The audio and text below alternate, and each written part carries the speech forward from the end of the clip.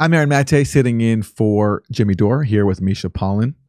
And when Seymour Hersh reported that the U.S. blew up the Nord Stream 2 pipeline, one of the things he mentioned was how this fit into a U.S. strategy for the proxy war in Ukraine, because, as he pointed out, the U.S. recognized that if they wanted to have this proxy war in Ukraine, that it'd be very difficult to do it if the Nord Stream 2 was operational, because Nord Stream 2 connects cheap Russian energy to Germany, and Germany uses that energy to power its economy, and also it makes a profit from it, because if there's excess, it can sell that energy to the rest of Europe.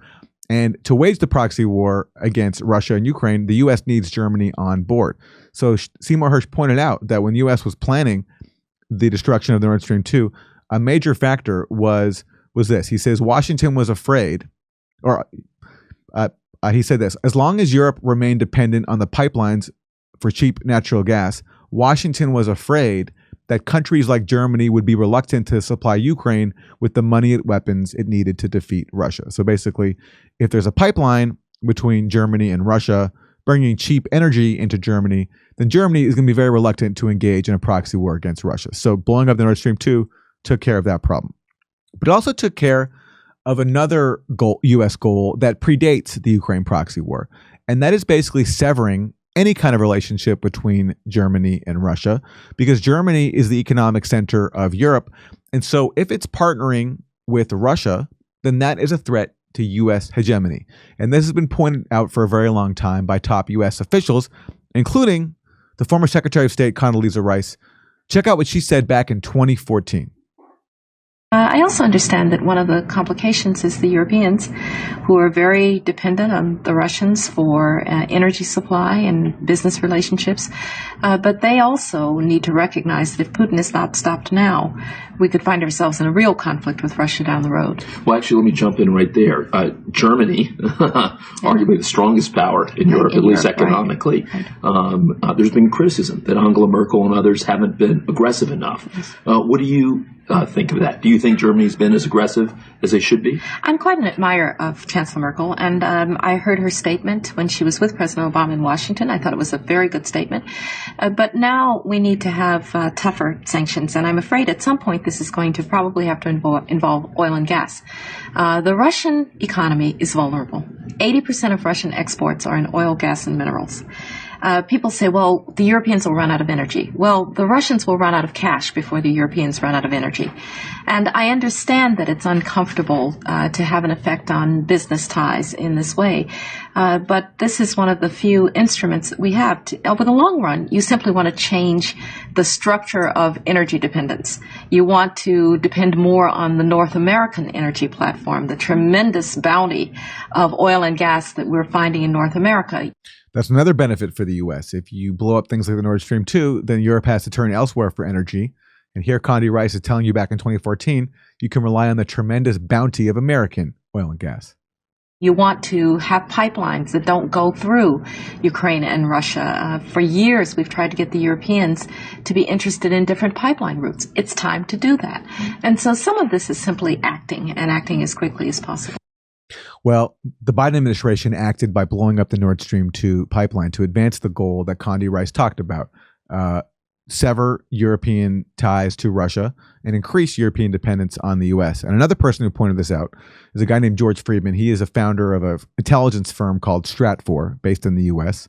And this is what he said back in 2015 about the importance to the U.S. of severing any kind of relationship between Germany and Russia. So, the primordial interest of the United States, over which for a century we have fought wars, the First, Second Cold War, has been the relationship between Germany and Russia, because united they are the only force that could threaten us, and to make sure that that doesn't happen. Therefore, it's not an accident that General Hodges, who's been appointed to be blamed for all of this, is talking about prepositioning troops in Romania, Bulgaria, Poland, and the Baltics. This is the intermarium, from the Black Sea to the Baltic, that Pilsudski dreamt of. This is the solution for the United States. The issue to which we don't have the answer is, what will Germany do? So the real wild card in Europe is that as the United States builds this cordon sanitaire, not in Ukraine, but to the west, and the Russians try to figure out how to leverage the Ukrainians out, we don't know the German position. Germany is in a very peculiar position. Its former Chancellor, Gerhard Schroeder, is on the board of Gazprom. They have a very complex relationship to the... Gazprom is a Russian energy company involved in Nord Stream 2. And a former German chancellor was on that board. Russians. The Germans themselves don't know what to do. They must export. The Russians can't take up the export. On the other hand, if they lose the free trade zone, they need to build something different. For the United States, the primordial fear is Russian capital, Russian technology, German technology and German capital, Russian natural resources. Hear that? The primordial fear for the U.S. is German capital and Russian resources. That's the big fear of the U.S. And why? Russian manpower as the only combination that has for centuries scared the hell out of the United States.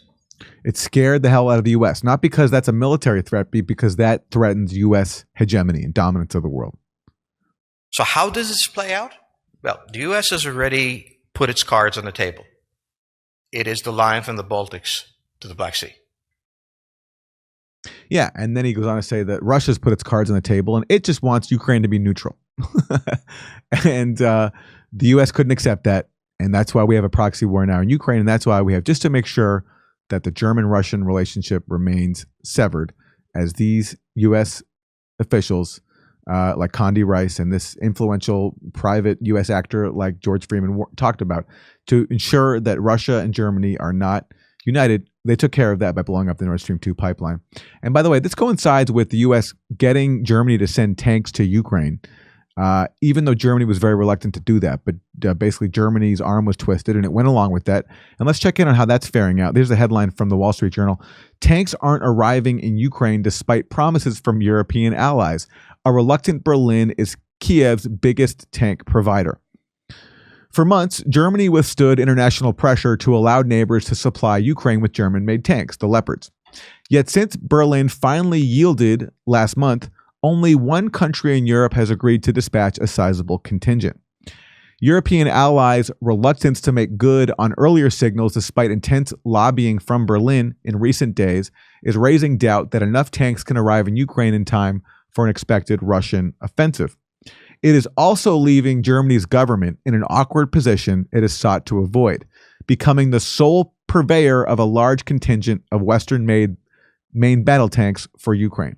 Now, Germany didn't want to send these tanks in because of the symbolism of Germany sending tanks once again in to fight Russia after Nazi Germany invaded the Soviet Union back in the Second World War, and also because they didn't want to put themselves only in the line of fire, in that if Germany sends its tanks, then Russia will see that as an act of war and will see Germany as a belligerent. So Germany wanted other people to step up and send their tanks too, and now Germany is being left alone once again. So as a reward for going along with the proxy war, Germany gets left alone on the battlefield in terms of sending tanks, and it gets its Nord Stream 2 gas line pipeline blown up by the U.S. What a great ally we are.